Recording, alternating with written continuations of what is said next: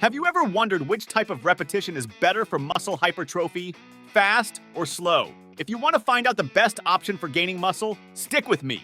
With fast repetitions, you can usually lift more weight. On the other hand, slow repetitions provide longer eccentric contractions, resulting in greater muscle fatigue. Today, we will explore what science says about these two strategies for muscle building. First, we need to understand the concept of repetition tempo. This term describes the speed at which you perform exercise repetitions. Most exercises include an eccentric phase and a concentric phase. The eccentric phase is when the muscle lengthens, such as when you lower the weight during a bicep curl. The concentric phase is when the muscle shortens, such as when you lift the weight.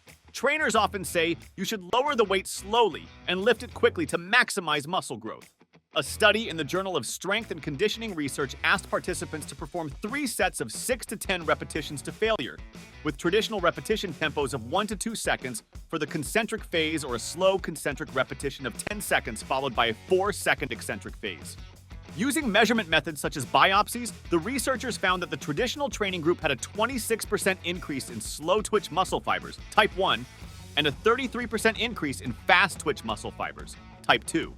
In comparison, the slow-tempo group had only a 6% increase in type 1 fibers and a 15% increase in type 2 fibers. This suggests that faster repetitions are more effective for muscle growth. Let's talk about time under tension, TUT, which refers to the total time a muscle is under tension during a set. Many people believe that the greater the TUT, the greater the muscle growth, but this is not true. For example, taking 6 seconds to perform a dumbbell curl is no better than taking 2 seconds. Another study showed that performing repetitions at a constant speed of 4 seconds reduced both muscle activation and training volume. Research supports faster repetitions. A meta-analysis of 8 studies found no statistically significant differences between repetition speed and muscle growth. However, when analyzing the effects, there is a trend of greater muscle growth with faster repetitions. Perhaps the duration of the studies was not enough to detect significant differences, but still, faster repetition tempos seem better for building muscle. Are you enjoying the video so far? Don't forget to leave a like. Your support is essential for the growth of the channel and motivates us to bring more tips and information to help you achieve your fitness goals. Now let's continue. The meta-analysis we mentioned earlier reviewed 8 studies, but all had significant limitations. For example, all studies were conducted with untrained individuals. This raises the question, do these individuals have the technique and motivation necessary to maximize muscle activation in fast repetitions? By the way, this is the main way to achieve a faster tempo and can boost muscle growth. So why might fast repetitions be more efficient for muscle growth? Firstly, studies show that slowing down the repetitions reduces the weight you can lift, while speeding up the repetitions can increase the number of repetitions you can perform with a certain load. Anyone who has lifted weights knows that slowing down usually requires reducing the weight or the number of repetitions. This means the total mechanical tension applied to muscle fibers is lower with slow repetitions than with fast ones. This is not only bad for muscle growth, but also for strength. A meta-analysis published in the Journal of Sports Medicine found that slow repetitions lead to reduced strength gains. Lower strength gains mean you will not be able to lift as much weight in future sets, reducing the overload of mechanical tension and limiting muscle growth. Another benefit of fast repetitions is that they result in higher levels of muscle activation. This relates to Henneman's size principle, which states that muscle fibers are recruited in order of size, from slow twitch to fast twitch fibers, as the demand for force increases. In simple terms, slow twitch fibers are active almost all the time during exercise, while fast twitch fibers only come into play when things get really tough. By performing your repetitions explosively, your fast twitch fibers will be active throughout the entire set.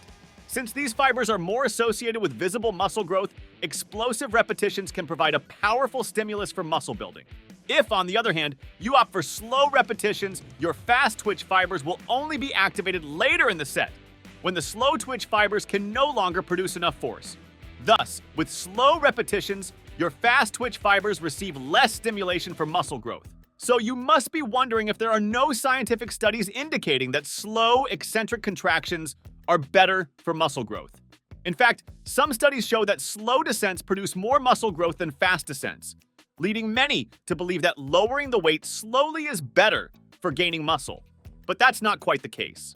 According to the meta-analysis we mentioned earlier, many studies favoring slow descents analyze this phase in isolation without considering the concentric phase. Moreover, almost all these studies use a form of eccentric overload, where special equipment increases the load on the descent and reduces it on the ascent. If you have access to such equipment, then yes, slow descents can be beneficial.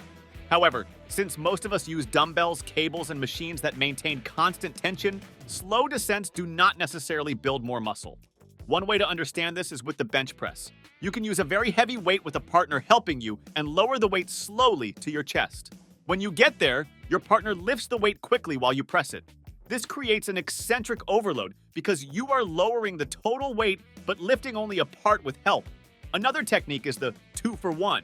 You lift the weight with 2 limbs and lower it with 1, at a slow pace, creating a strong eccentric overload. For example, in a leg extension, you lift with both legs and lower with 1.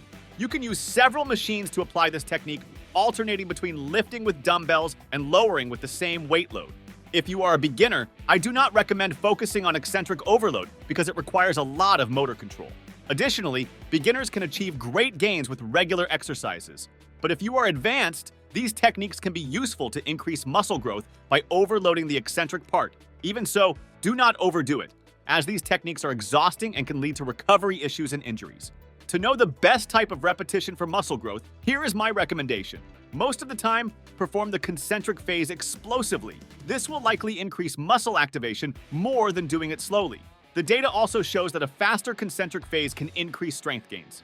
Even when trying to be explosive, the weight may move slowly, especially in the last repetitions of the set, and that's normal.